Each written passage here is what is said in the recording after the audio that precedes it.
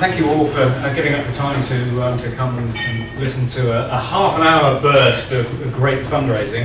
And what we're going to do in this session is report the findings of a study that we undertook in the UK about 12 months or so ago now, where we focused on organisations that have delivered outstanding growth. Now, we're not talking about 5%, 10% increase in voluntary organisations. We're talking about organisations that doubled, trebled, quadrupled their income in the space of just a year or two.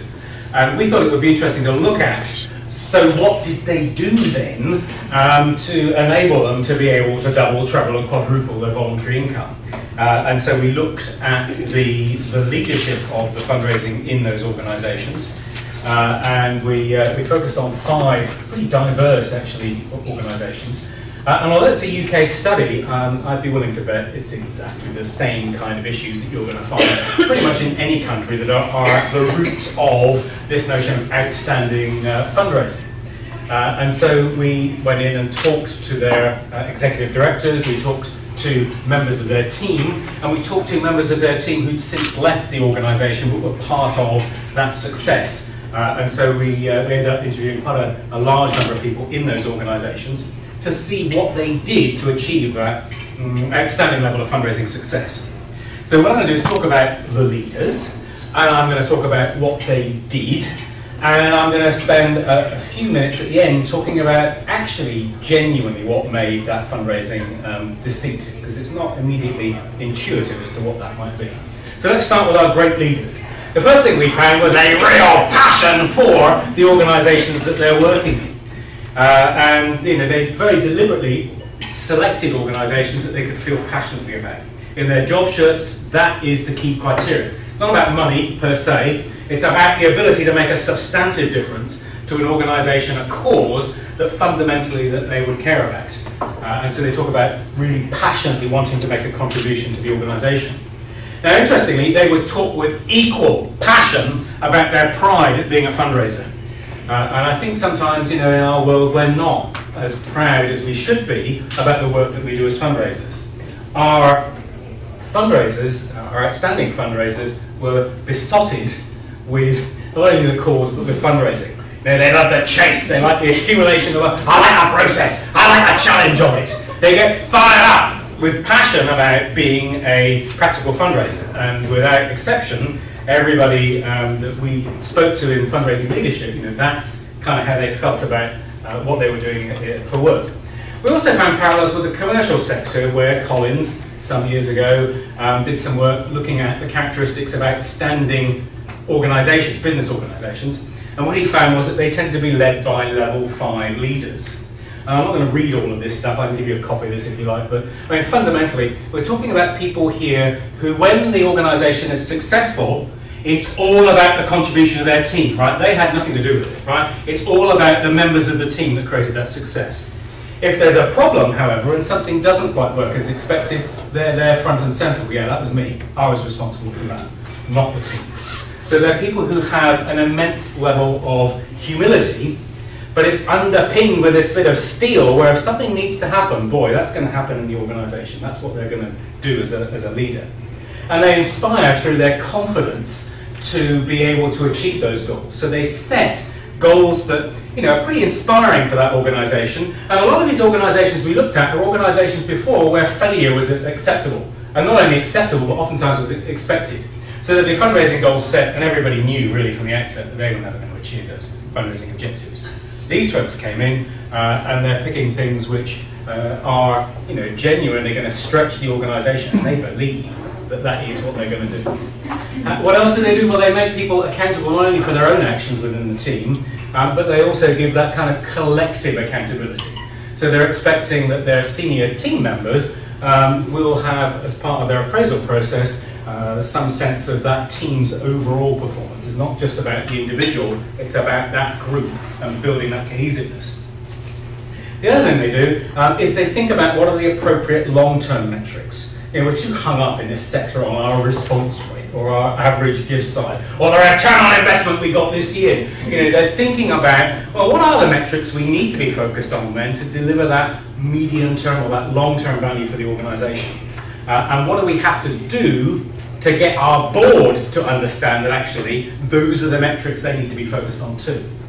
They're also very good at sharing mental models. I talked about organizations where failure had become the norm. Well, they would go in and they would redefine what failure meant in the organization. And usually for these folks it would be about redefining it as the failure to learn. Right? Because actually we want people to take some risk. We want to encourage some creativity. And we know that a big chunk of the time it's going to fail, right? But as long as we learn from that so that the next time we do it we can be successful, that's the thing. So failure gets redefined. Equally, things like relationship building and relationship fundraising. Well, what the heck is that? And they build up this sort of joint notion of what these things are. And they're also pretty good at developing a little bit of task conflict so that people don't get a little too comfortable with doing things the way they've always been done. So we encourage other members of the team to come up with suggestions and critique what we're doing over there. And we get the folks over there to critique what they're doing as well, and by the way, have input to what we're doing over in this part of the organisation. So we don't get too complacent, too smug that we have the solution that's going to work and we're going to stick with that forever. We're always kind of stretching that a little bit and being a little bit challenging. What else? Well, again, if you want to create outstanding fundraising, you've not only got to be a first-rate leader, but you have to embed yourself in that organisation. That means embedding your heart, your soul, pretty much every aspect of your life into that organisation. Your social systems, all the people who have contact with the community, everybody gets brought in to be part of that organisational system. So it's not something you show up at 9 o'clock and you clock off at 5 and that's the end of my working day. This is something I'm really going to embed myself in as an individual. So, in sum of this little bit of the presentation, you've got to have that supreme, quiet self-confidence as a leader. You've got to have a sense of purpose and you've got to really mean it in the organisation. You've also got to be committed. I didn't mention this in the earlier part of my presentation, but most of these folks are there for a substantive length of time. They're going to join the organisation and they know that they're going to be there for 5 or 10 years, making that huge change in the philanthropy of that organisation. And then finally, if you ain't into it, or they ain't into you, leave, because it isn't going to work. Now, what else do we know about those folks? We talked to them about the nature of their role, and if we had more time, I'd get you to reflect on your role within your organisation. And what we found is that our outstanding fundraising leaders spend as much or more of their time not on managing fundraising and managing their team, but actually on managing the organisation to allow their team to be successful. So the balance of their time is very different from most organisations where you're managing the nitty-gritty of the fundraising that's being done. It ain't about that. You want to achieve outstanding fundraising, you have to manage others in your organisation to allow fundraising to be successful. And more than that, to allow the organisation to be proud of what it's doing in the fundraising. Right? It may be proud of what it's doing in terms of mission, but it needs to develop an equal pride in what's being achieved as fundraising.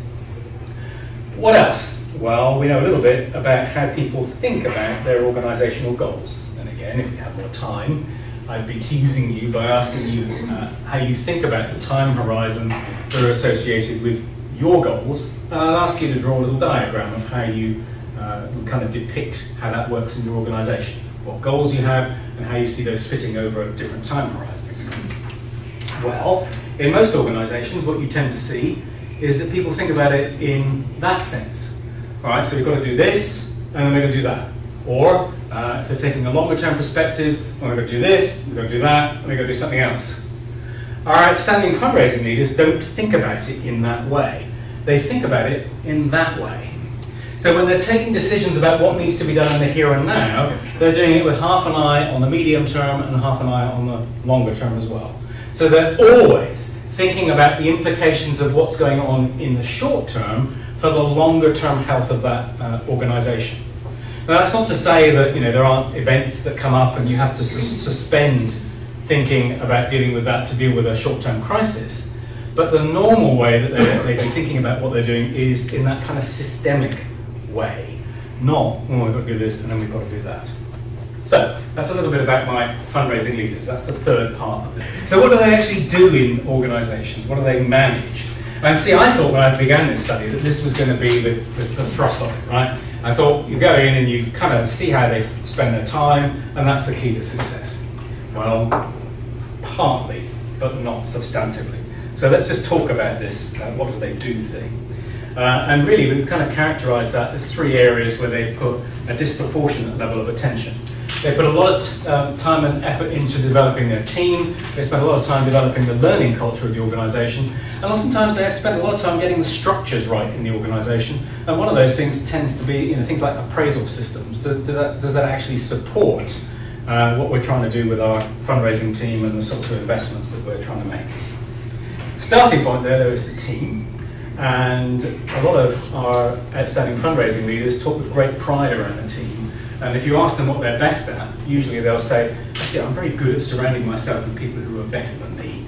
And that's kind of how they feel about it. They feel like they brought in the right people to do the job. What do the right people look like? Well, they're people who have obviously very good technical skills. They're good at doing direct response fundraising. They're very good at doing digital. They're very good at building the kind of relationships you need for major gift. So they're technically skilled. But they're also looking for people who are, remember I talked about that collectivity, team responsibility. They're also very good at bringing in people who have the ability to interact with others and motivate others within the team and support others. So they look for that as well. But the third thing that you often don't see in fundraising recruitment, normally we're focused on that. If you're lucky, you get a little bit of that. Very rarely do you get any of that. They also look for people who think in the right way. And I'm going to tell you later on that one of the big things that differentiates outstanding fundraising folk from average fundraising folk is the way that they think. So it makes sense that you bring in people with those kind of conceptual skills. So what do they look for? Well, they look for people who think in the same way and are able to think in that systematic and conceptual way. Technical skills are important, but actually those other two dimensions are key as well. They also look for people who are going to be conscientious. And it sounds kind of counterintuitive, but one of the things that we know from management research is that if you put a highly skilled, technically skilled team together, and you put together a team which is less technically skilled, but is higher in terms of conscientiousness, that's the team that will win. It's not the most technically talented team that's going to deliver at the end of the day. So that's a key dimension. They want people who are going to conscientiously apply themselves to those goals. And interestingly, they also want to bring in people who they see as future leaders. These folks, I'm going to help develop their career over the next 5-10 years, and they're going to go off and lead outstanding fundraising themselves in a few years' time. And more than that, I'm going to get them to that point. So one of the questions they'd often be asked at interview is, so where do you see yourself in 5 or 10 years' time, so that the organisation can kind of help get them there, really. So those are the sorts of people. And then they work on their belief that, you can achieve these fundraising goals. So if we've brought them in, how on earth are we going to retain people who have those kinds of characteristics? Well, there's a role for fundraising education and developing fundraising skills for sure. But they often target development at some of the things that are necessary to get the organisation to the point where fundraising can be successful. Remember I said more than 50% of the time is spent managing other functions or managing upwards towards the board in the organisation. So what do you need to allow your team members to be able to assist in that process? Well, you probably need a little bit of leadership training. You need a little bit of negotiation skills, conflict management, coaching. Those sorts of things are going to help develop team members who can help you manage the relationship with the communications function, manage the relationship with service provision, manage the relationship with the board. They have mentor programs. They set up the members of their team with mentors senior in this organisation. But interestingly, they also look around the outside and they say, well, who would be really good for that individual elsewhere in the sector? So mentoring arrangements are not only internal to the organisation, but they forge those external relationships with people who would be appropriate for that individual. Placement and secondments to other teams so they can see how those other teams think. And then a talent program where you're deliberately trying to develop somebody as a future leader. So that might be, oftentimes our leaders would allow a member of their staff to attend a board meeting, just so that they can see the dynamic and see the role that the fundraising director plays when they're in that kind of role. These things build a phenomenal amount of loyalty. People who are going through those kind of programs really like the development that's taking place, and they are genuinely reluctant to leave the organisation at the end of the day. Sometimes people would say, I really need a kick somebody needed to kick me to get me out of the organisation to take up my own kind of leadership role, because they get a lot of value from that sort of stuff. So, summarising that little bit of the presentation, recruiting the right people, and it's not just about technical skills. Invest in their skills and attitudes, as well as the knowledge, groom them to become future leaders, and make sure that you're communicating with those folks all the time to get the best out of them. What else? Structures. We talked about teams. Structures need to reward those teams for the kind of performance, the kind of behaviours that we're trying to inculcate. So we have to be thinking about making sure that we reward people for team-based goals, not individual goals. We need to be making sure that our appraisal system is aligned with getting people to work and communicate and manage conflict with other parts of the organisation, not just fundraising. Right? If managing the organisation is key to fundraising success, so too our appraisal system needs to be pointed in the direction of some of those appropriate behaviours, not just on how much money I raised this year and what my response rates were. So team efficiency overall, that's a sort of summary of that, really is more important than just looking at people on their own. What else? Talked about this already briefly, but just to summarise, leaders, great fundraising leaders, manage upwards. They manage their chief executive to make sure that he or she understands fundraising and their role in it. They make sure that these individuals manage board relationships and spend a lot of time making sure that the board know what their role is in relation to fundraising and how they can help. They also manage sideways. In some organisations that have other marketing functions, like a team that's doing corporate communication or a team that's doing the marketing of service provision, you have to manage those relationships as well. And sometimes in our world, you get little silos, and it's almost like these marketing teams compete with each other for resources and a voice at board level. And actually what you need to do if you're going to create outstanding fundraising is to try and find ways in which you can work with those teams to achieve your mutual goals as an organisation. So there's a lot of this cooperation, coordination, and trying to build where you can cross-functional teams to try and develop some of those relationships over time. So, talked a little bit about structures, I've talked about teams. What was the third block? Culture. And this is a very long quote, but I like this. They're talking here about developing a culture of change. You've got to know how things can be different so that people will come with you on that journey. You need to do that with the people below you so that they feel enthusiastic and get behind you, but you also need to do it with the people in front of you and above you. So again, constantly from these great fundraising leaders is this sense of managing sideways and managing upwards to create the kind of culture that they want. And actually the kind of culture you want for outstanding fundraising is an exceptional learning culture. I said earlier, organisations that we looked at, some of them were starting from a point where failure is kind of acceptable and we're not going to achieve our goals and hey, it's been that way forever, so why worry about it in a sense. These leaders worked on developing a learning culture so that yes, failure is acceptable, but it's only acceptable in a circumstance where we learn from that failure so that we can make practical changes, and that's another key step incidentally. It sounds like a fairly minor thing. Oh yeah, we made a mistake somewhere, something didn't work out, we learned from it. Well, sometimes organisations stop there. It's not enough to learn from it, you need to make practical changes as a consequence of that. And sometimes that's where you get that disconnect. Yeah, we learned from it, but did we change anything? Nah, we didn't change anything. And you have to make those practical changes within the organisation. So a learning culture is absolutely critical. Everything we do is all about learning. Everything we do as a team is about learning from best practice out there in the sector, bringing it into the organisation. We'll test this, we'll trial that. At least half of the outstanding organisations we work with were organisations that had become leaders in that fundraising technique or that fundraising technique because they'd really gone out and innovated in that area or that area. And that was one of the ways in which they achieved success. So learning cultures are about acquiring knowledge, interpreting it, and then modifying that behaviour as a consequence. So, what do fundraising managers do? Outstanding fundraising managers, well, they manage the team, they manage the culture, they manage the structure.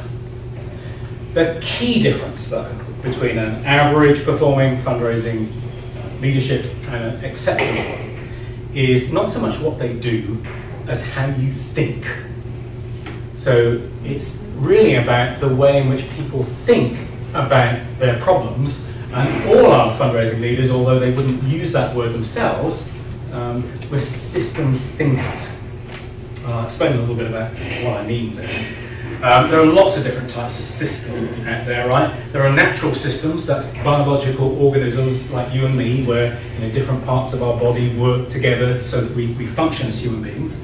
There are design systems that have been very deliberately built. So this building is a system of all kinds of different things, the electrics and the plumbing and all of that stuff. It's a design system.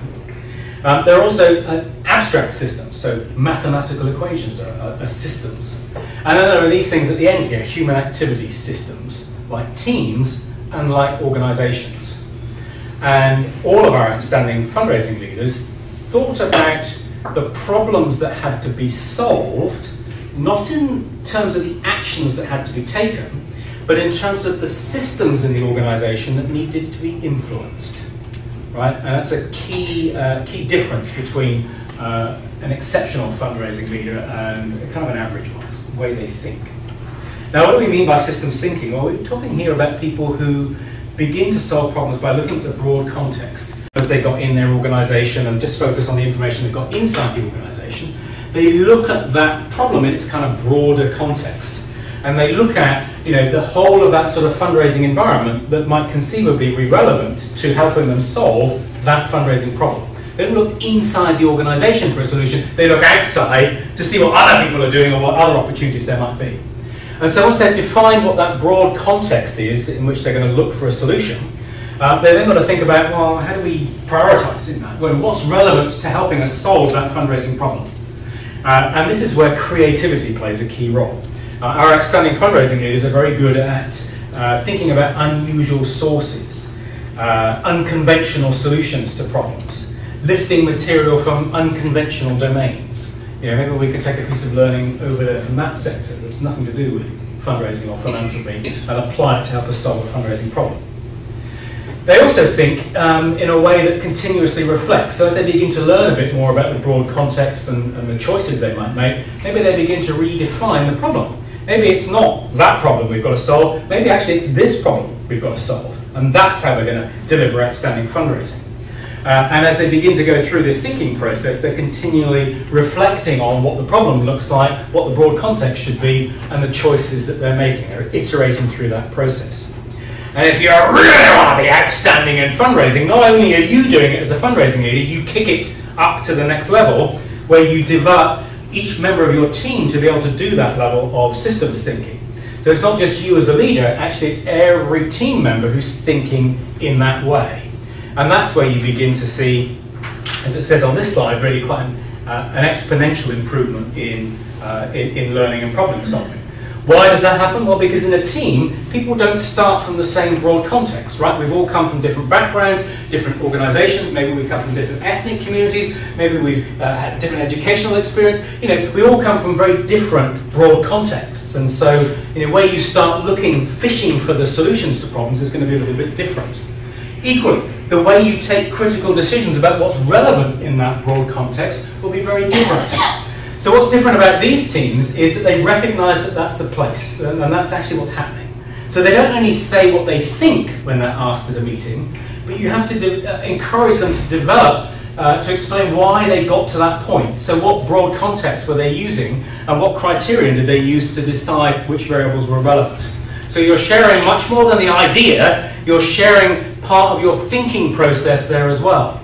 And why is that important? Well, because then other members in the team begin to understand the perspectives of others, and they understand when the contributions of others might be particularly useful to solving that fundraising problem. So you start to get all kinds of interactions taking place within that team that help you solve fundraising problems better. And as I said, you get that exponential improvement in problem solving as a consequence. So that's what fundraising systems thinking looks like. There's also another dimension, and this is the last thing I'm going to share with you, because I'm 2 minutes left. I'm on target. Understanding these systems. Well, there are lots of different ways in which you can look at fundraising problems. And our outstanding fundraising leaders, they wouldn't use these terms, they probably wouldn't know what critical hermeneutics is, but when you describe their thinking, actually this is what they're doing. They're using a variety of these different ways of thinking. So let me just walk through these because they're important, right? Data. If you're looking to solve a fundraising problem, maybe your direct mail campaign didn't work well last month. People thinking at that level look at the data that's associated with that problem. So, didn't work very well. Let's look at the response rates. Let's look at the average gift. Let's look at the case for support. Let's look at the envelope size. Let's look at the, right, that's data. And you look into that data maybe for some sense of what the problem might be and how you might fix it. So that's the most basic level of thinking that you can engage in. Next step up from that is to look for patterns in the data. So you start to, if you stick with the same example, our direct mail didn't work well. Well, is that, are there certain kinds of fundraising messages or certain kinds of appeal or certain kinds of channels that we've discovered don't seem to work as well as others? So in other words, are there patterns in the data that help us to solve that problem? Equally, systemic response. Well, you're moving one notch up here and we're saying, well, what mental models or organizational ways of thinking created that problem in the first place, and therefore what systems need to be changed. So again, sticking with my earlier example, what rules were being followed when we designed that campaign that wasn't working very well? Have we got the right communications, the right design agency appointed? Do we have the right procedures for oversight of how we're articulating our case for support? Do we have the right systems in place to ensure that the right kinds of communications go out? So that's the next level. And at inter-system level, well, we're moving out beyond fundraising there. So we're saying, why are we designing our fundraising systems in that way? So again, sticking with my previous example, you might ask other questions at this point. You may say, well, why are we stuck with that particular case for support? Why is it that the communications team over there get to veto what we want to do with our fundraising messages? Why are we outsourcing key roles like telephone conversations and telemarketing? Would it be better to bring that in-house? So we're starting to look outside of fundraising to systems and rules and procedures within the organisation that might be potentially causing a problem that could be influenced. So those are the sort of 4 key levels of thinking.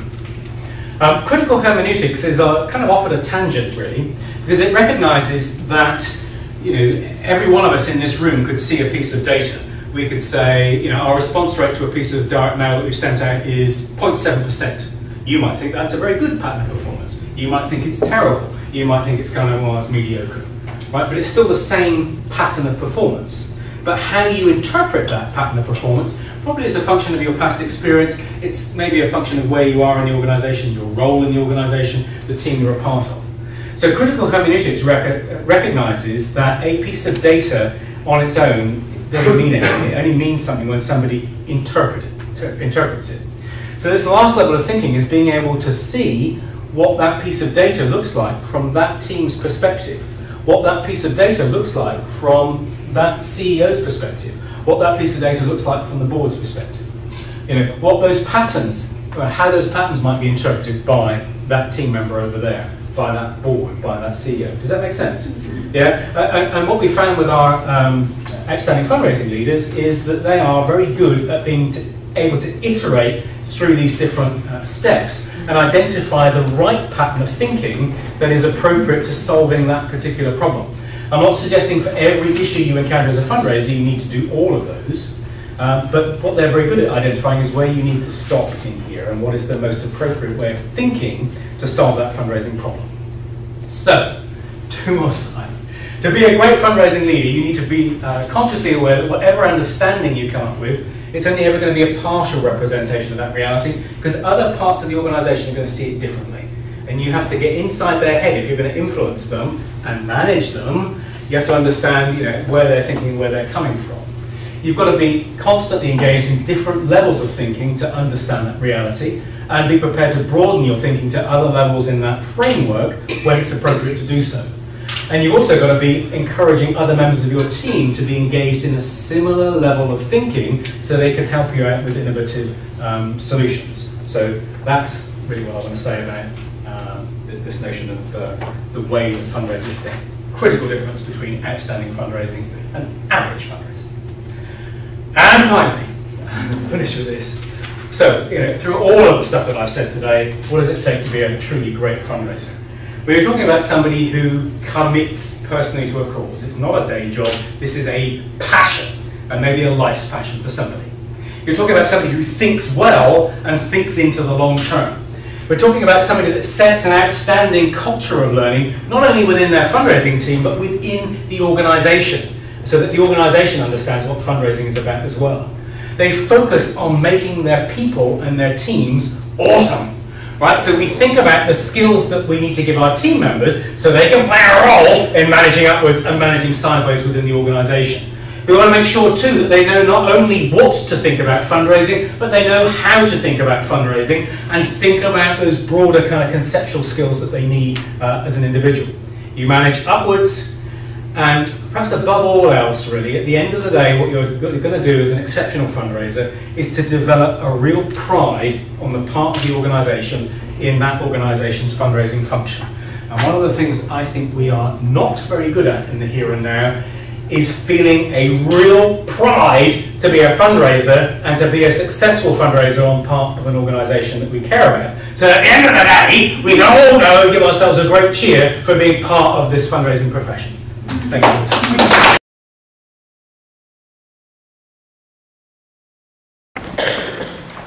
Okay, well, good afternoon, folks, and a very warm welcome to my session this afternoon. Bob said I was going to talk about growing philanthropy, and it's certainly true that I have the same fascination that he does with how collectively, not only in this country, but around the world, that we can grow philanthropy. In the US, it's around, 2% of GDP, has been since the dawn of time, it seems. In the UK, it's substantively less than that, it's around 1%. And when you think about the fact that it's been static for all those years, that's really quite amazing. Because in those years, what we've seen are an explosion in terms of the range of different media channels that you can use to fundraise from. We've seen the whole development of the World Wide Web and digital giving and all of that great stuff. We've seen an explosion around the world, a number of professional associations that are designed to assist fundraisers to do a great job. And what's been the net impact of that? To move giving not one jot in the best part of 40, 50 odd years now. Well, maybe there are a couple of things that we might do about that, and I'm going to talk about one of those things in my session this afternoon, which is to engineer a fundamental shift in the way that we think about the relationships with our donors. Again, for 10, 20, 30 years or more, we've been exalted as fundraisers to think about how good a job we can do at telling the donor about the impact that we're having on the beneficiary. And in a sense, that's kind of smart. We want to tell people about the gift, the impact that gift has been having on beneficiaries that presumably they care about, right? But maybe there's an additional dimension to that as well. We want to make sure that people understand the impact they're delivering on the beneficiary group, for sure. And we've become very good at doing that as a fundraising profession, I think. But one of the things we haven't started to think about is what are we doing to our donors when we communicate with them? For the best part of 20 years, I suppose, we've understood that one of the reasons people give is because they experience a warm glow from giving. It feels good, right? To have made a gift to touch somebody's life somewhere. Well, if giving is motivated by that warm glow, then the next question becomes, well, how do you increase that warm glow? How do you make people feel better about the fact that they're giving, so that you hit that sweet spot where they want to give you more because they feel so much better about doing that? And so what I'm going to do in my presentation really is to talk a little bit about how we might do that. How can we engineer additional value when we talk to people? And think about what we're doing to people when we use certain words in communication. So broadly speaking, that's where I'm headed. And I want to share with you a new branch of research that's called philanthropic psychology. There's a kind of buzzword to conjure with. Well, philanthropic psychology is about taking some ideas from psychology and applying them in to our world in fundraising and philanthropy. Again, fundamentally with the view of ultimately trying to engineer value in the communications that we have with our donors. This is not some sort of highbrow academic waffle that I'm going to talk about. Everything I'm going to talk about in this presentation is grounded in research, and oftentimes in experimental research, where we've played with the words that people use in solicitations. And a lot, not all, but a lot of what I'm going to talk about in this session this afternoon are experiments conducted in the domain of public broadcasting. And you'll, I'm sure in this room, be familiar with public broadcasting and public radio. It's a huge industry here in the United States, typically around 800 NPR member stations around this country. And it's supported by an immensely generous public. Most of the money that comes into these organisations comes in from donations from different sources. So they get about a third of their income from individuals like you and me. They get about a third from corporate underwriting, and about a third, because of the history of the thing, from state and local governments, universities and foundations, because oftentimes NPR stations are located in a university system somewhere. So that's pretty much where they get their money from, and at the time that a lot of these experiments were being conducted, that industry was worth something of the order of 250 million in terms of individual donations. What kind of fundraising do they do? Well, they do the whole spectrum, really. They do direct mail, they do telemarketing, they do email, they do digital, and of course they do the one thing that I'm sure everybody in this room loves, which is their on-air drives. You know? And we all love when we tune in to listen to our favourite jazz programme.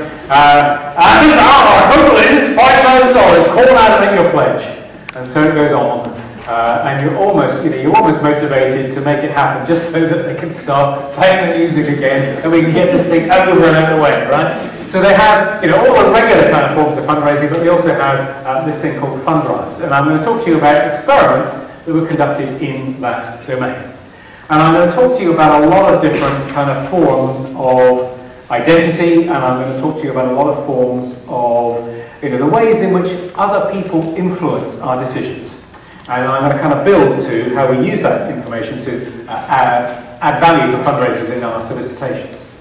So, one of the things I'm going to talk about is social information. Talking to people about what other people like them are doing. And I'm going to begin by giving you an example of how not to do this in fundraising practice. Right, so this is an example from Bill Gates, who apparently is, legend has it, among the alumni of Seattle Lakeside's upper school. And apparently somebody from the school rang him to ask him to give to one of their fundraising campaigns, at which point he says, well, how much is everybody else giving? He's told $75 and says, yeah, sign me up for that. This is not how we use information about other people's giving to punch their level of philanthropy. So the question is, well, can we do any better than that? And you're going to learn through this presentation, the answer to that question is, oh yes, we can always do better than that. And so I'm going to share with you some experiments conducted in public radio. I've told you that. What I haven't told you is that what we got to do was to play with the telephone scripts when somebody would call in to make a donation to their favourite station, their favourite radio programme. And typically when people call in, they usually speak to a volunteer, they're thanked for calling in, they're asked how much they want to give today, credit card details are exchanged, and that's kind of the end of the conversation. Well, we got to play with that by inserting a little bit of information about what somebody else has just given. Now, we didn't tell them who that individual was. It's not somebody that would be known to them, it's just somebody else has given $75, $180, $300. How much would you like to give today? If you want to try this yourself, this is what the telephone script looks like. So, anytime you run an experiment, there is always what's called a control group. And thou shalt always have a control group. A control group where you don't do any experimental stuff at all, where you just get the standard script that's being delivered. So in this case, the control script would say, hello, this is the XYZ member line. Are you a new or a renewing member? How much would you like to contribute? Take the credit card information, thank them, good night. That's it, that's the control condition. In the experimental condition, you call in, hi, this is the XYZ member line. Are you a new or renewing member? We have another member who gave $75. How much would you like to give today? Or we had another member who contributed $180. How much do you want to give today? Or we had another member who contributed $300. And anybody calling in would be randomly assigned to one of those 4 conditions, the control or those 3 experimental conditions. And they have to be randomly assigned so that there's no bias or error that creeps into to what we're doing. Ethically, there's no deception. Somebody would actually have given a $75 donation or a $180 donation, and because we're not giving names away, we're not passing on any kind of sensitive information. So, the question is, what impact does that have on individual giving? Let's start with new members. People who have no idea about giving to public radio, it's the first time they've done it. In the control condition, you can see that the average gift to this particular station is about $90. When you tell somebody that somebody else has just given $75, they give you about the same. There's no statistical difference between those two. But watch what happens when you talk about $180 and you talk about a $300 condition. When you say somebody else has given $300, the average gift in that part of the file climbs to $112. Well, you increase the level of the gift by over 10% just by playing the words in the telephone script. It costs you nothing to do that. Now you could say, well, hey, Adrian, maybe these new members are just a bit odd. And they're odd because they have no idea what they should be giving, and so maybe they're just responding to that sort of rough estimate of kind of, what might be the appropriate amount that people give to public radio. So they're a bit different, a bit odd. Well, of course, we ask people in the telephone script, are you a new or a renewing member? And we can match up people who are renewing, and this is what we find. What we find is that actually, in the control condition here, where they're not told about anybody else's giving, people give pretty much routinely what they gave last year. So if they sent a $100 check to public radio last year, they're going to send about a $100 check into public radio again this year. That's they're kind of programmed to do that. But watch what happens again in the $180 or the $300 condition. You're getting, and these, by the way, are amounts on top of what the individual gave last year, because we can match the behaviour. So in the $300 condition, they end up giving $26 more than they gave last year. Well, if you slice that a different way, what you see across both groups of donors is over a 10% increase in the amounts that people give, simply by giving them some social information in that telephone script. You've grown philanthropy by 10%. Let me emphasise that point. Actually, let me make one more point before I do that.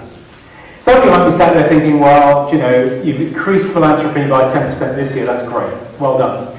But maybe next year what happens is that people bounce back down to the level that they've been comfortable at. Right? So they end up giving you less, or worse, they bounce down to a little bit below, so they almost kind of compensate for the fact that they gave you a little more last year.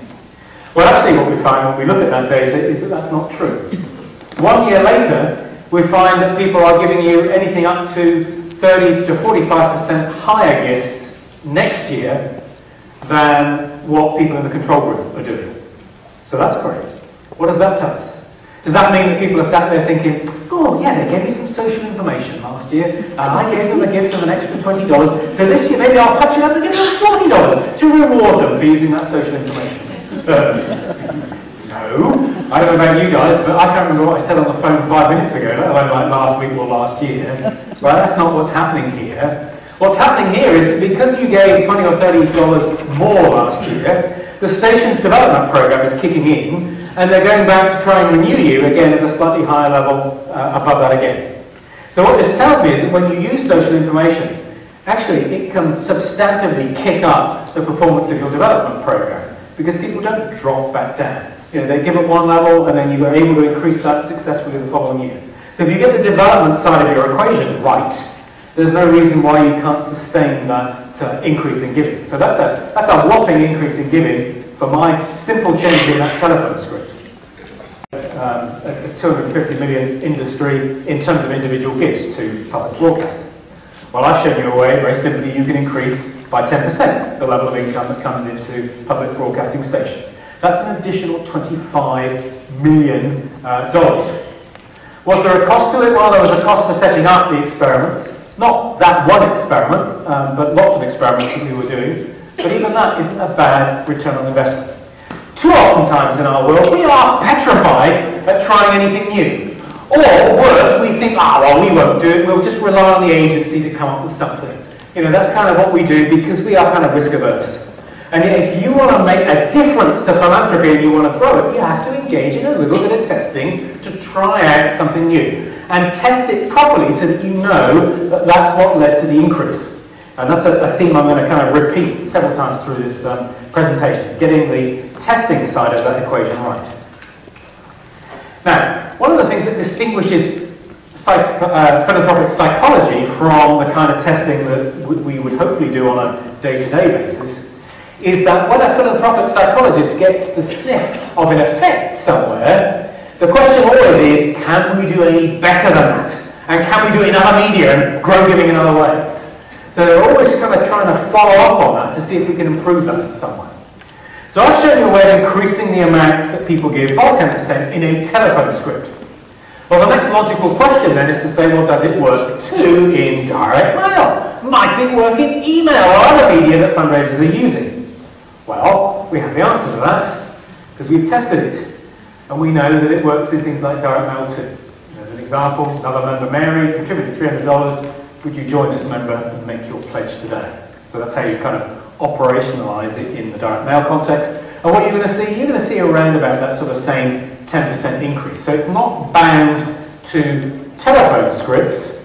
It's something that is a kind of a more general effect. Now the key, if you want to use it in something like direct mail, is that you have to provide that little bit of social information at the point at which somebody has decided they're going to make a gift. Just as when they decided to call into the public radio station, they're going to give. And so what you're doing here is to give them a sense of numbers and what might be an appropriate gift to make to the organisation. So there's no point doing it at the beginning of the covering letter, which probably goes on for 5 pages, because people will be asleep by the time they get to the end of that letter, right?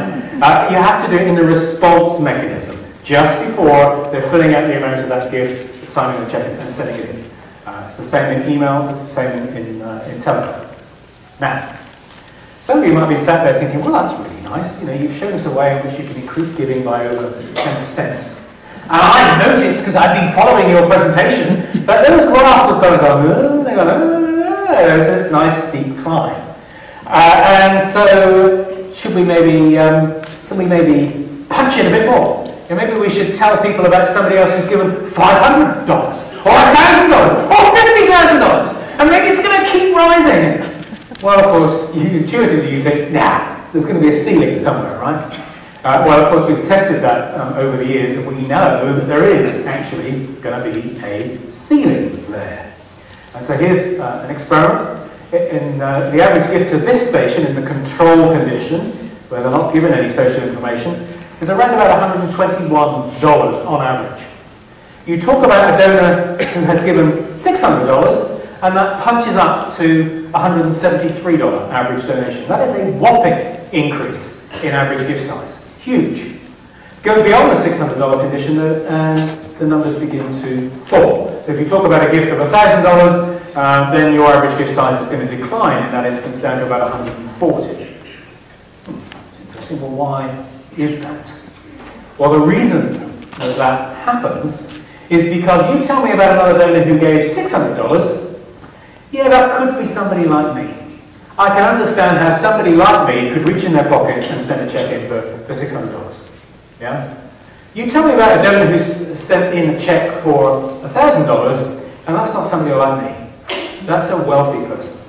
That's somebody over there. That's not like me. And so the impact of that information about what they're doing has less relevance to me and has less impact on the giving that you're going to see. So that's what's going on there.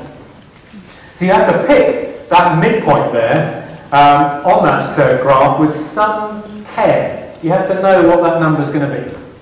And before you all dash back to your office and think, right, that mail we're sending out on Monday, we need to talk about this $600 gift. Right? Life is not so simple. There's a little bit of maths that you have to do to get to that point, right? And the maths that you have to do is you have to line up all your gifts from the very smallest, tiniest gift in that file up to the highest level gift in that file. And the amount that you tell somebody that somebody else has just given is somewhere between the 90 to the 95th percentile.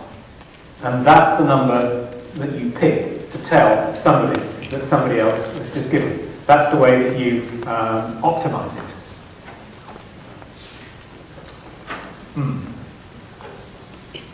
I remember when I first saw that result, and it came out of a PhD at Indiana University by Jen Chang. And she's saying, this is great, Adrian, so I've shown how we can, at the very minimum, increase giving by 10% by giving this piece of social information. And I'm looking at it and I'm thinking, well, I'm not sure that's social information. And the reason I'm not sure that's social information is because I know, being a die-hard direct marketer from years ago, that if you're giving people gift options in a piece of direct mail, for example, and you've only got 5 gift options that they can tick, say I'm going to give this amount, and it ranges $20, $30, $50, $80, whatever. I know that that mid-box, to get the right number in that box, that's usually about 1.5 times the level of the average gift. Right, that's how you select the midpoint in that box range, and then you fan it out from there. And that's just kind of a rule of thumb that emerged from professional practice. Well, 1.5 times the level of the average gift is actually not that far away, usually, from this notion of the 90th and 95th percentile. So she's saying, well, this is all about social information. And I'm saying, oh no, this is just a prompt, it's an anchor. It's getting people thinking about a number, right? No, it's social information, no, it's a prompt, no. So we had this argument. And she's finally going to prove me wrong, and I'm going to show you how she proved me wrong. She changed the wording of the telephone script. No longer was it, we had another donor he gave, it became, we had another donor he gave, or we had another donor she gave. And when you match the gender of the caller to the gender of the exemplar, you increase the level of the average gift by over 30%. Wow. Now, if it had been a prompt, an anchor, then you would see the same kind of 10% increase, right? But what she's done is to embellish the social information, and she's managed to increase the size of the effect. So it is actually social information, other people's behaviours, similar people to us, that drives giving behaviour. So we can certainly match the kind of people that we're providing social information about with the people that are coming into the organisation. Doesn't necessarily get us around the gates problem, though. If you look at the average giving in your organisation and you take a number in the 90th to the 95th percentile, that's probably not going to be the kind of number that you'd be hoping that Bill Gates would be giving you, right? And so what do? Well, one of the things you can do is to segment donors into groups. So you give this group of people the 90th to 95th percentile for giving to that group of people, the 90th to 95th percentile for giving from this group of people, the 90th to 95th percentile for giving from this group of people, and the 90th to 95th percentile for giving from this group of people. So in other words, you give Bill the 90th to the 95th percentile for higher value giving to your organisation. Yeah, but even then, Adrian, that's not going to be as much as we were hoping to get from Bill, right? Because Bill's exceptional. So you can play with this stuff to have a little bit of fun with it. So instead of, if Bill rings you up and says, well, how much is everybody else giving? Instead of saying $75, you say, well, actually, Bill, everybody's giving us about 2% of their income.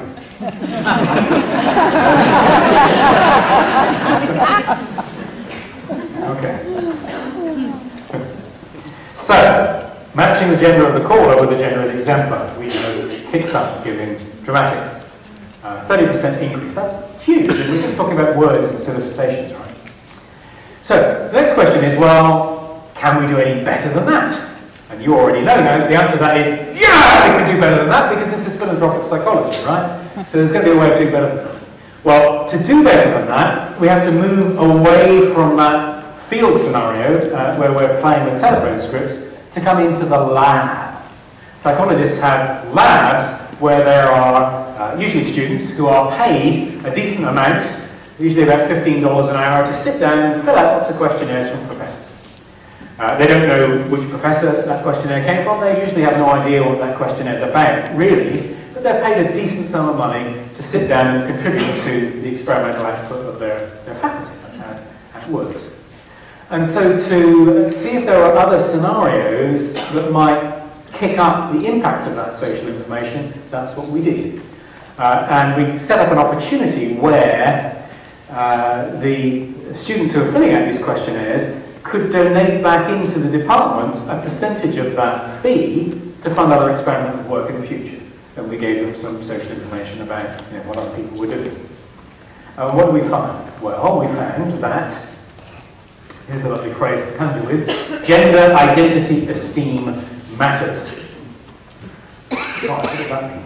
Well, it means that if I feel really great about being a girl, I pay more attention to what other girls like me are giving.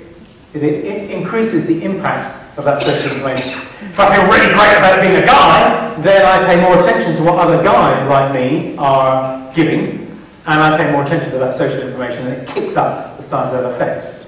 So actually it's about identity esteem. That's one of the things that we might be able to play with as fundraisers. What else? Well, it also turns out that if I'm focused on other people, and the communications I'm reading focus me on other people and other people's needs and what other people are thinking, then I tend to pay more attention to social information about other people, and it kicks up the effect of including that information, punches up the level of giving. Equally, if I'm more focused on me and what I think and how I'm feeling, then I pay less attention to social information about other people, and the size of the effect drops away. Does that make sense? So, if you think about it, what I'm proposing that you do, when you go back to your non-profits tomorrow morning, is that you write a piece of direct mail that says to all of your donors, isn't it great to be a girl? And you give them like 8 reasons about why it feels great to be a girl. You get them focused on other girls in that letter, and then in your response slip, you tell them about what another girl like them has just given, and you pick that number to be somewhere in the 95th percentile for giving from that group of individuals.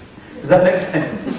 Right? Now, unless you're the Girl Guides of America or whatever, that's probably not going to be the most exciting fundraising strategy. For most of the causes represented in this room, they'll think you completely lost the plot if you write to people about how great they should feel about being a girl or a guy. Right? So that's not the point that Adrian's making here. If we want to add value for donors in communications, which is where I started this presentation 20 minutes ago, you have to think about, well, what identities are these donors articulating when they give money to our organisation? What are they saying about themselves when they support this non-profit organisation? If you're a breast cancer charity, maybe it is a gender identity that you're articulating. Maybe it's a moral identity. Maybe it's an identity of somebody who is proud to live in Kansas City. Maybe it's a patriotic identity if we're talking about servicemen and women's charities. You know, what is it that people are saying about themselves when they give to your organisation? And you remind them in that fundraising communication about why they should feel really proud about having that identity. Why it should feel really good to them. Reinforce that so they feel really good about it, get them focused on others, give them a piece of information from somebody else who shares that patriotic identity, or that KC identity, or whatever it is. And that's the way that not only do you raise money, but you make people feel better because you've told them why they should be proud to have and articulate that identity. That's how you enhance the warm glow in philanthropy.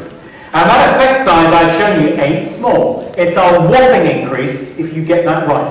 So the learning is not you go away tomorrow and you think about including gender in your fundraising communications. It's you think long and hard about the identities that people might be articulating when they're giving to you, and you work on picking the right one to talk to people about in fundraising communication. So, I'm 20 minutes in, and we've done one of my 3 blobs of identity that I wanted to talk about. So I talked about gender, but remember that the learning is wider than that. It's actually thinking about a relevant identity and how you use that in a smart way to raise more money because people feel better about their giving. The second thing I want to move on and talk about is something called symbolic social identity. There's another academic phrase to conjure with. And what that is in essence is, do I give more when I know that my networks of family and friends and acquaintances and so forth also like this organisation, support this organisation, enjoy the service provision of this organisation? And intuitively you think, yeah, actually I could see that giving might be impacted by other people I know and their relationships with this organisation, right? And so we wanted to begin to unpack that a little bit. And how did we unpack that? Well, we surveyed people to ask them about different kinds of social networks.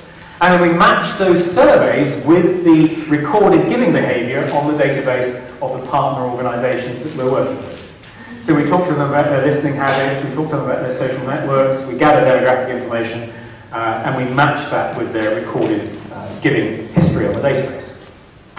And what did we find? Well, this is what we found, right? We found that there seems to be some kind of relationship between the amount that somebody gives and the number of acquaintances they have who also listen to that public radio station.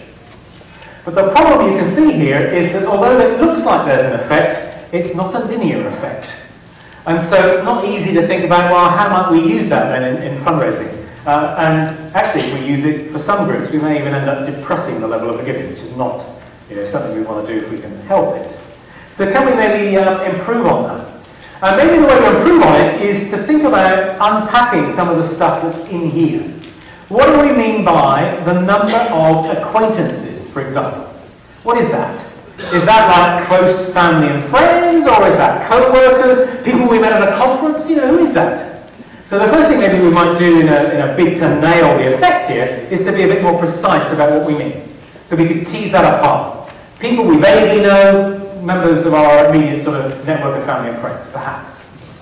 And then what about this piece over here, this sort of notion of listen to the public radio station? Is it listen or potentially listen? Or in the wider non-profit domain, is it people who benefit from the work of the organisation or who might benefit from the work of the organisation that's at issue?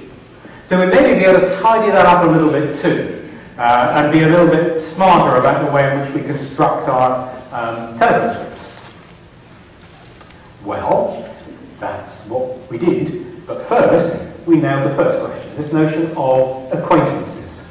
And I hope you, by the way, are taking notes, because there will be a short test before break. This looks horrible, and in fact, the only reason I put this up is because I want to be clear with you that anytime you want to draw an experimental conclusion, you have to make sure that you've accounted for everything else that might impact on giving. Right? We're interested here in terms of social networks, but we know that things like demographics is a big driver of giving, and intuitively you think that if people are listening to the station more, maybe their listening habits might have an impact on their giving as well. So you have to account for all of that. And when you do that, actually, only the headline matters here, which is that it's only friends and family. It's people who are close to us.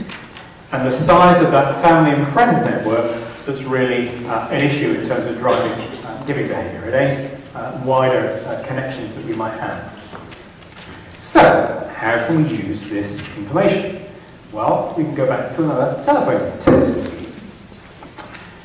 And what we'll do here is to try and tease apart the second of those questions. Now we know it's family and friends, not broad acquaintances. Let's nail the other bit of that equation. And the other bit of that equation is about, is it listeners, is it residents? Benefit from the work of the organisation, might benefit from the work of the organisation. And so, if I put that in terms of a telephone script, oops, that's what you end up with. Now remember, I said right back at the beginning of this session that you always have to have a control. And so the control group is exactly the same as it was previously. Hi, thanks for calling the XYZ member line. How much would you like to contribute today? Take the credit card information. Thank you, good night. That's it. In the experimental condition, before I take your pledge, can I ask how many of your family and friends also listen to this radio station? Or how many of your family and friends also live in the XYZ area? So they'd get one of the three. The control, living in the area, listening.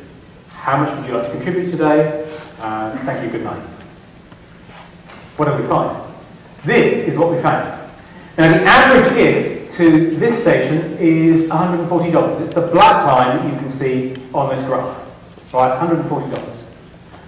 Now, if you start talking to people about other people they know in their family and friends who live in the area, might benefit from the work of the organisation, you find that it's pretty indistinguishable really from that control group. Looks like there's a very small effect there, but it's not a statistically significant one. So that's not really an issue.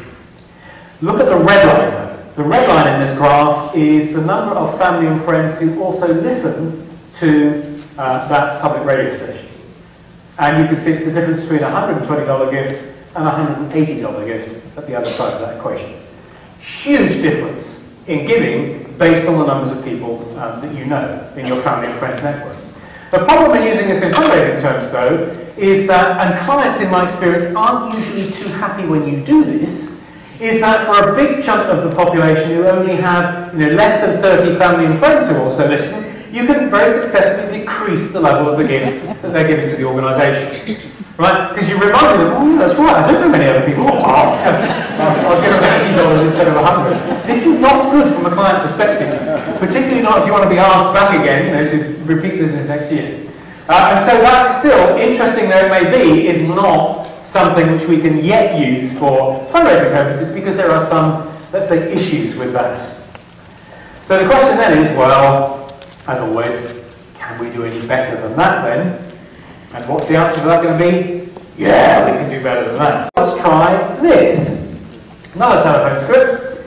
Again, there would be a control condition. Thanks for calling. How much do you want to give today? Thank you very much. Good night. Or, thanks for calling this XYZ public radio station. Before I take your pledge, can I ask if you've got more or less than 2 friends and family who also listen? Or, can I ask if you've got more or less than 45 friends and family who also listen? Or, have you got more or less than 150 friends and family who also listen? Boy, that is a big network of friends and family. Well, let's have a show of hands. Who thinks that this generated the biggest average gift? Show of hands. There's a few. Who thinks that one did? A few more hands. Who thinks that one? Just maybe 1 or 2, a couple of takers maybe. Alright, well, I'm teasing you actually, because actually it makes no difference at all. Right? What makes the difference is whether you get to say, yeah, my network's bigger than that, or whether you're forced to say, oh no, my network's smaller than that. Right? And when you say more, the average gift size is $266, where you're forced to say less, it's $140. Right? These are huge differences in giving behaviour. And again, all you've really done is play with the script. But it's not the absolute number, right? It's whether people get to answer yes or no to those questions. So which of those numbers are you going to use in your fundraising script? Exactly, because most of us probably know 2 other people in our family and friends network who are benefiting from the work of that organisation, right? Yeah. Now, I think this is an exciting branch of research because we can be using those social networks in a way to help us raise more money. So in the public radio scenario, they're lucky. They can get people thinking about how many others they know through talking points that they create on air. For the rest of us, we're asking people to like us on Facebook and tweet about us and do all of those things. But we don't leverage those networks to raise any money, ultimately, at the end of the day. Or usually we don't. What this tells me is that there's an opportunity here for us to think about creating those social networks, helping people grow the size of them maybe, and then using that in a smart way then to be able to grow the gifts that people give. Now, again, they're giving not because they like you more, because you have to mention a few numbers, they're giving because they're reminded about the added value that gift is going to have on people they care about.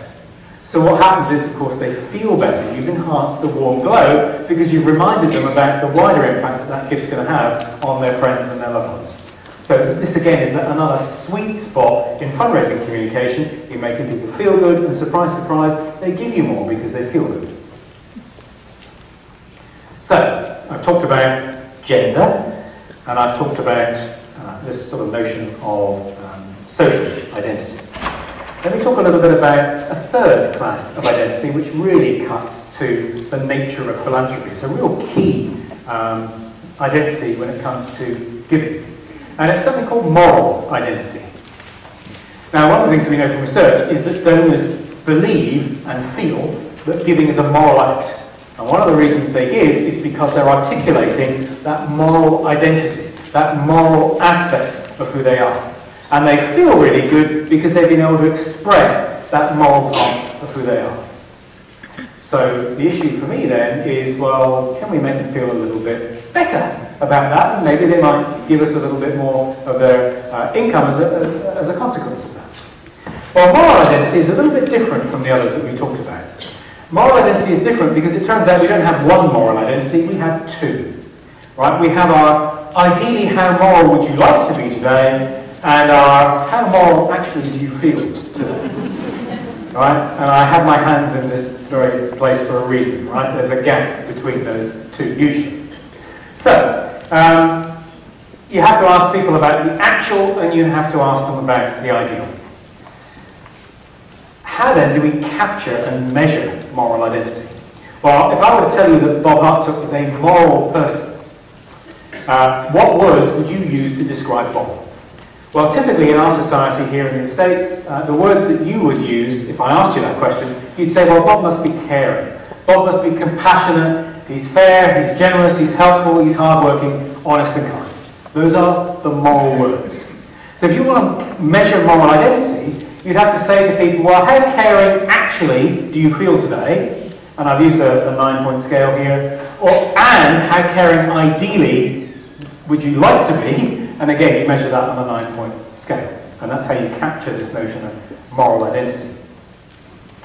Now, when you do that, what you find is that on that 9-point scale, that there's a gap. We think we're this moral, and we would like to be that moral.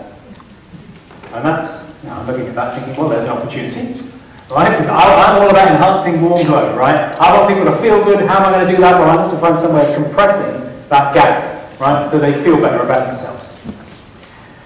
Before we do that, though, there's a little bit of information which is a bit lost in that graph, which is, I think, actually a little depressing.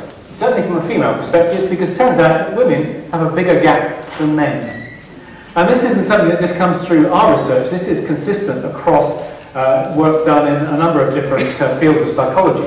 Women have a bigger moral identity gap than do men. And I have no idea why that might be. I mean, if you think about it, there are really only two reasons why that might be. One is that it's sort of hardwired into female DNA that they're somehow going to feel inferior, right? Unlikely. Or it's about the way in which we socialise women into our society, and you know, some of the messages that we send women and young girls at that age that they have this gap. Well, what might we do as fundraisers to help them with that gap? Well, here's another telephone script. Always a control condition. Remember, Barry's channel always have a control condition. Hi, thanks for calling. How much would you like to give today? Thank you, good night. In the experimental condition, thank you for being or becoming a generous and hardworking. Men don't care about morality. We're kind, we're caring, we're compassionate, we're sympathetic. We're kind of gay, but we're not going to give anything else. It doesn't change our giving. However, you tell women that they are kind, caring, generous, moral, they give you 10% more. Now that's kind of interesting in fundraising terms because for years, probably centuries, we've been sending out letters after somebody's made a gift, thanking them for that kind and generous gift. Haven't we? You know, we've said that sort of stuff. We've primed morality. But we've done it after they've made the donation. If we had done it before they made the donation, they would have given us 10% more. More than that, though, we know from other work that we've done in the lab that when you do that and you label somebody kind and generous and you reinforce that moral identity, it decreases the gap for women. They feel better about themselves. You've enhanced that warm glow. Now, when you write a thank you letter, you're going to do exactly the same thing. When you remind them about how moral that gift was, you're also going to decrease that gap and you're going to make them feel really good, and so should you. But as fundraisers, if you want to have 2 attempts at doing that and making people feel good, then we also need to use those words before we ask for the amount of the donation. Remember, I'm all about finding ways to make people feel as good as they should when they offer a gift to our organisation. So moral identity is certainly one of those areas that I think is something that we might want to focus on. Just to reinforce the point, how do you do it? Well, you just pick a couple of those moral words there. And I suggest that if you're going to do this in your organisation, that you set up an experiment. You know, you have a control group where you don't do it, and you have an experimental group where you do. And then you look at it for yourself and you see what impact that has on giving to your organisation. Okay. I thought I'd show you this. This is a bit of fun, although this was done for a client. This was done for the RSPCA, the Royal Society for the Prevention of Cruelty to Animals.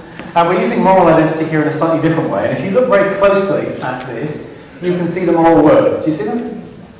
Just in that little box. It says compassionate, caring, kind, they're just in that box. And as you're deciding on the amount that you're going to give, you're being asked to either, in the top example, sign your name, accepting this moral identity, or at the bottom, printing your name. And I can tell you that between those two, we did it as a test, signing your name significantly punches up the level of the average giver. Because you own it, right? You're signing. If you just print your name, that's not as personal. You're not signing up to be a part of that. So there are lots of other ways in which you can prime moral identity. People will give you more. They'll also feel better about themselves as a consequence. So that's moral identity. I wanted to talk too about a new avenue of our research, which is not as well developed as the ones that I've already spoken to. Everything else I've included in this presentation has been very carefully replicated in a number of different example organisations, not only in public radio but also in other parts of the non-profit sector, and interestingly also in different countries. So I know those findings are robust. What I'm about to share with you, we are still working on. It's a work in progress, but as we're here at a Catholic university, I thought it might be interesting to talk a little bit about some of our early results in the domain of religious identity. Now, religious identity is a very personal and intensely personal identity.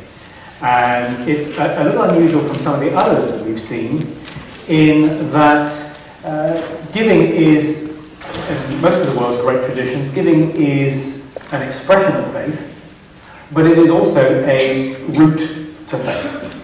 So it has, the relationship between giving and faith is kind of a complicated thing because of this nature of the two-way street in the relationship. Now, one of the things that struck me a few years ago is that faith-based organisations, certainly in the UK, talk about giving as a consequence of faith. You are this kind of person, therefore you should give to this organisation. So it's that kind of thing which tends to be addressed in fundraising communication. And very often what you find is that there is a fundraising team, and there's a team over on the other side of the organisation that is all about spreading the word of the gospel and the mission side of the organisation. And to that team, talk to that team, no. Right? And remember, I'm all about trying to find ways to enhance value for donors in communication. So why not have a scenario where fundraising communications are seen not only as an expression of faith, but we're also using it as an opportunity to develop the mission side of the organisation by talking about giving as a route to faith. Does that make sense? Yeah? And so having the mission side of the organisation get involved in some of the messaging that we use over here when we're talking to people about their giving. And so what I'm going to talk to you about here is some of the exploratory work we did to think about ways in which that might happen. And we're currently doing testing with the Bible Society and Christian Broadcasting to see if we can increase the amounts that people give, but more than that, to increase how good people feel about their response to our communications. Now, the starting point on that journey was sponsored by something called the Lake Family Institute at Indiana University, which particularly sponsors research that's conducted in the domain of religion and faith. A small survey that we did to look at some of these dimensions. And it's a survey conducted only in the evangelical tradition. So that's the first thing to understand about these results. I have no idea whether they would apply to other branches of the Christian faith, let alone one of the other kind of great traditions in the world. But we were focused, because we had the opportunity, on evangelical churches. What do we mean by somebody who's evangelical? Well, they tend to be people who would say of themselves that they read the Bible literally to learn God's word. They see Jesus Christ as their only path to salvation. They feel they have a personal relationship with Jesus, and sometimes, not always, sometimes they'll say, I feel like I've been born again. That's the kind of individual. The people that responded to our survey would say, yeah, religion was somewhat important while they were growing up. These are people for whom most of their family and friends and work colleagues would say it's important to them to be Christian. They probably attended their local church about 14 years ago. They've been going to church about once a week. They first attended a Christian church around age 10, and over the duration of their lifetime they've been going to an average of about 5 different churches as they've moved around as a consequence of their life. So we had the opportunity in this survey to talk to those individuals about how they experience their relationship with their God figure, in this case Jesus Christ. And we asked them to articulate how they experience God in their day-to-day lives. Now, you have the opportunity here to indicate how often you experience those different kinds of relationships, because you can't pigeonhole people and say, well, that's the relationship. It's not like that. It's complicated, and people experience different things at different points in their life.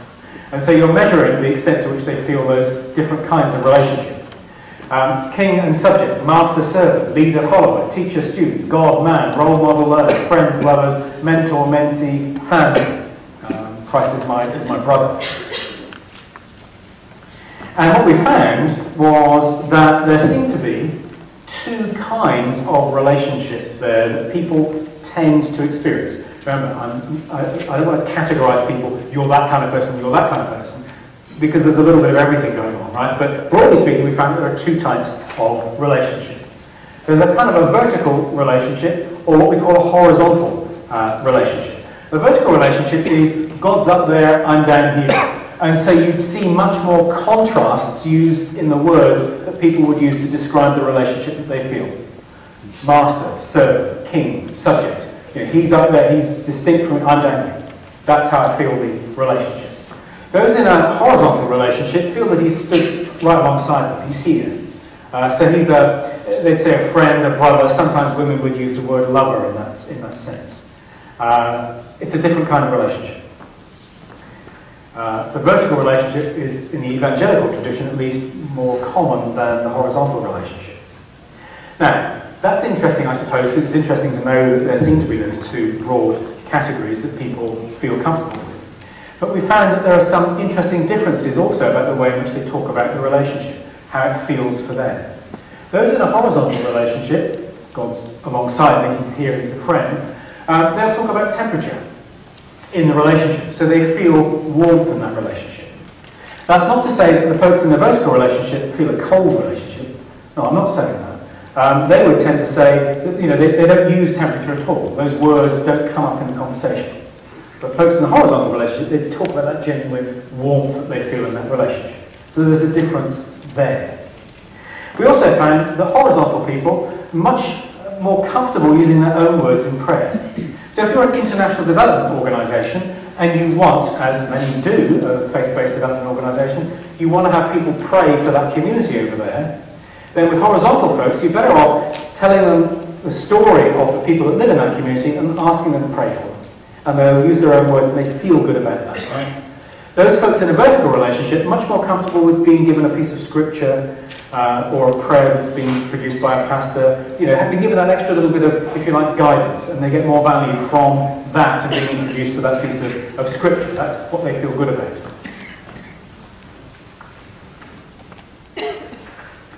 What else? Well, there are also differences in terms of how people use that prayer.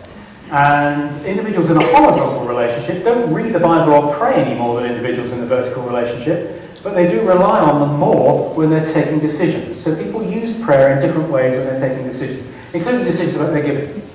So in a horizontal relationship, people tend to pray first and then think about it.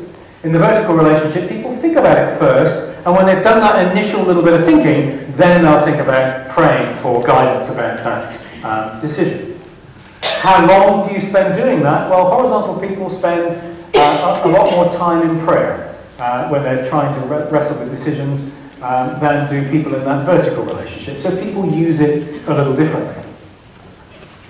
We also know that people in a horizontal relationship and a vertical relationship give about the same amount to non-profit organisations in a typical year. And they also give in equal amounts to churches and national organisations. But horizontal people much more likely to give to international organisations. Vertical people much more likely to support local faith-based organisations. So there are some differences there in terms of choice too. Horizontal people don't necessarily have preference for projects that have a definable end, whereas vertical people like to know that when they give, something's going to happen, it's going to stop there. They like to see that end. This is just a fun thing. I thought vertical people are much more likely to say, my church is better than that church. Than horizontal people. But anyway, that aside, why do I show you this stuff? Well, because you'll have already gathered from some of what I've been saying that if you want to add value for people in communications, then you talk to people in a way that they find meaningful, given the nature of their experience with God, right? So we can start to talk to people about the warmth in the relationship, if they're that kind of person. We can start to suggest that they use prayer in a way that they're comfortable using prayer. And if you're a vertical person, that we actually provide them with the material that they can use to think about that community that we want them to pray for. So this, of all the identities I've shared with you, is obviously the one that you have to be really careful and thoughtful about how you use, and use in a way that is consistent with what the mission side of the organisation thinks is appropriate. That's why I said if you're going to get into using some of this stuff, those two parts of the organisation need to talk to one another, so that whatever you're doing to try and add value for communications is consistent with what the mission side of the organisation says is appropriate. And all of the testing that we're currently doing is where we've engineered that sort of working with the organisation to achieve that. So we're testing things like in communication, when you're talking to people in fundraising and you're trying to add value on that side of the equation, should we be talking to people about the love that they experience from God and from friends and family and so on? Or should we maybe be talking to them about the love that they're able to give God and other people in their community and other people who maybe might be in need? And writing communications which sort of major on those different issues. And our hypothesis is that probably different kinds of faith relationship will be comfortable with different kinds of communication. So we may move to a scenario where for those evangelical organisations we're working with, that they start to segment their copy based on those relationships. Now, before you start telling them, well, that's surely going to have an expense to it. Yeah, it has an expense to it. But it's worth doing if you can engineer that value for folks in that communication. It's worth doing that. It's also worth doing it because that division between horizontal and vertical explains more of the variation in giving behaviour than demographics or what you happen to call yourself in terms of the words that we use to describe different Christian denominations. So it's a key thing. Okay, that's seriously heavy stuff. But it's interesting because it gets us thinking about the impact our communications have on donors. Remember I said at the beginning of this presentation, we've been very focused on communicating the impact we have on beneficiaries, but there are very few organisations that think about what they're doing to their donors when they communicate with them. So that's some serious stuff you can take away and play with. I want to end on a little bit of fun, really, something a little more light-hearted, but making a serious point. When you're a fundraising researcher, there are clients. And there are clients who want you to do stuff that you have no interest in doing, because you just don't think it's interesting at all. And we had a client in public radio that wanted us to do two things. It wanted us to test the difference between using I and we in fundraising letters, and to test the difference between giving people a little bit of positive emotion and no emotion. Okay, well, how on earth do you set up a fundraising test that does that? Well, the I's and we's are quite easy to do. Right? This is a direct mail solicitation. Thanks to our community's continuous membership support, we have the financial resources needed to be there for you, me, and our neighbours.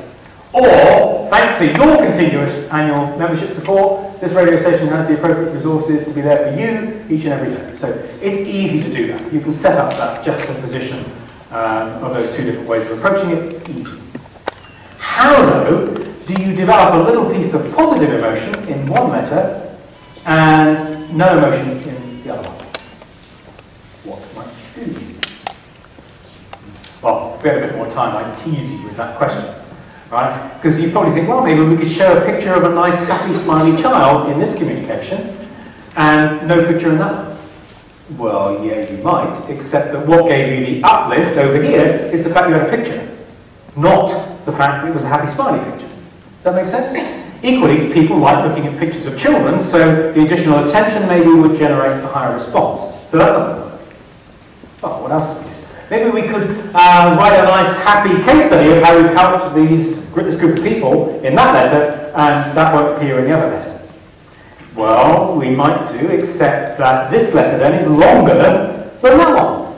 And because we've written, 200 or 300 words painting that case study, chances are we've primed all kinds of things. Maybe we've primed gender identity, moral identity, religious identity. Any one of those things could have driven that change, right? So that's not going to work. So how do you get it? Well, what we did ultimately, remember this is a piece of direct mail, so it has the solicitation and it has a response mechanism. We had a little row of smiley faces in the response mechanism in one version of it. Now I can see looking around the room, you're kind of groaning up there. Really, Adrian, is that what you did? It's a small amount of positive emotion, all right? I'm not claiming people went away, smiling and happy, but it's a tiny little bit of positive emotion. Now, we've still got a problem there, because if you've got a letter and then a little row of smiley faces and a response mechanism, in this version, you've got a little row of smiley faces, which is kind of odd. And so what that does is to generate the attention of the eye down to that row of smiley faces. So maybe you've got a higher response from that simply because you drew attention down to the response mechanism. Does that make sense? So that's still not a fair test. So what do you do in this one over here? Do you have like a row of really glum looking faces? Well, no, because that's not the absence of positive emotion, that's the presence of negative emotion. So we can't do that. That's what we did. Right? Positive emotion over here, sliced by we or I, and then this, concentric circles over here. So there's still something that drags the eye down, even if it's not. Now, why is Adrian showing this? Well, because you have to be so careful when you test in the non-profit world. We test something, oftentimes we've got two completely different letters, and you'll hear people say, oh, well, that's because there was a picture of a child in that one then. There was a completely different case study. One letter was 3 times the size of the other. One went out with a stamp on it.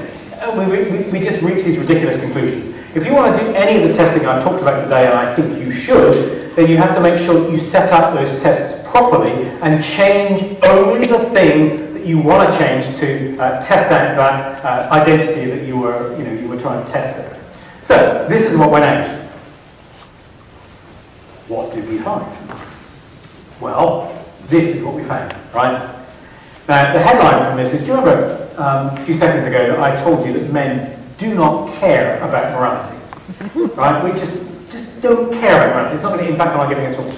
But you show us a smiley face, boy, and we are there with our I just despair at my gender sometimes. Women care about none of it. Smiley faces, consenting, so I'm not interested in that. We, they don't care. Women are unmoved by this stuff. And yet men are, yes, a smiley face. I'll send them an extra $10. Just impressive. And it turns out that there are a couple of conditions there that work for the male gender. If it were me, I'd probably go for the one that has a positive emotion in it. Positive emotion, why? Because it broadens attention, cognition, more likely to get people to action. And also because fundamentally, as the theme of this presentation, the goal of a fundraiser should be to make people feel good about their giving. If we're going to increase philanthropy in this country, people have to experience more of a warm glow when they give, so that they give more and the whole thing becomes more sustainable. So positive emotion in this sense is both an end and a means to achieving that. So, in this presentation, I'm going to conclude on that note. In this presentation, hopefully what I've done is give you a sense that I think the next big thing in fundraising is not reporting impact. It's about thinking for the first time about what we do to donors when we use certain words in our communications.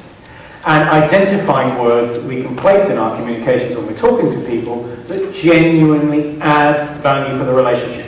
I am not interested in manipulating people into giving us money for our own sake. What I am interested in is finding tools that add value for donors to the point where they want to give you more money. And there's a difference between those two perspectives. And we should be thinking particularly about this concept of identity. I'm not suggesting you rush back tomorrow and test gender in your fundraising appeals. Remember I said you go out smarter to think about what kinds of identities might be relevant, and then add value for those identities in your communication, remind people that they've got them, and use that to make people feel good and to give you more. So at the end of the day, maybe we can move the needle just a little bit on what Bob talked about and creep it up above that magic 2% of GDP. Thank you, folks.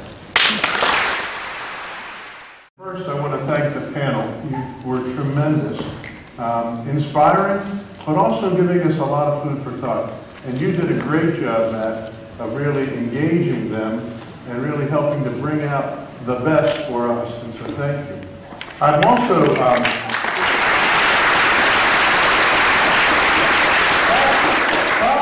most of us know Bob, and most of us know that Bob provides counsel and guidance, and a lot of it we take. Some of it we don't take, and we regret that we don't take it. And so this is one of those moments. Bob, for a long time, has said, you know, you've got this growing philanthropy institute, the Heartsuck Institute for Fundraising. You're educating fundraising. So you're doing a great job of doing that. You ought to start to recognize people who are making a difference. And as a president of a university, you can do that with a presidential medal. You could call it the President's Medal for Philanthropy. And I said, yeah, we'll get around to it someday, Bob. Well, that day's today. And the first recipient of that medal is a person who richly deserves it because he is the person who really stimulates all of our thoughts about how we can grow this profession. And so I want to award the first philanthropy medal.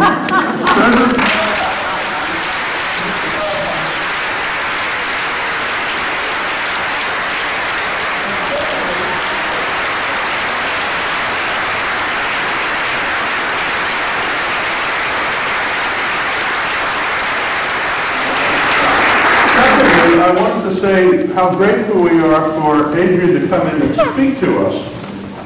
But we're also grateful because he spent the morning this morning, and he'll spend tomorrow morning working with our staff at the Heartsuck Institute to take the curriculum which we've been offering face-to-face and serving the people in the Kansas City area and helping us prepare it for online delivery so that we can deliver it not only anywhere in the country, but anywhere in the world. And we'll be rolling it out in full form in the fall of 2015, and we're really excited.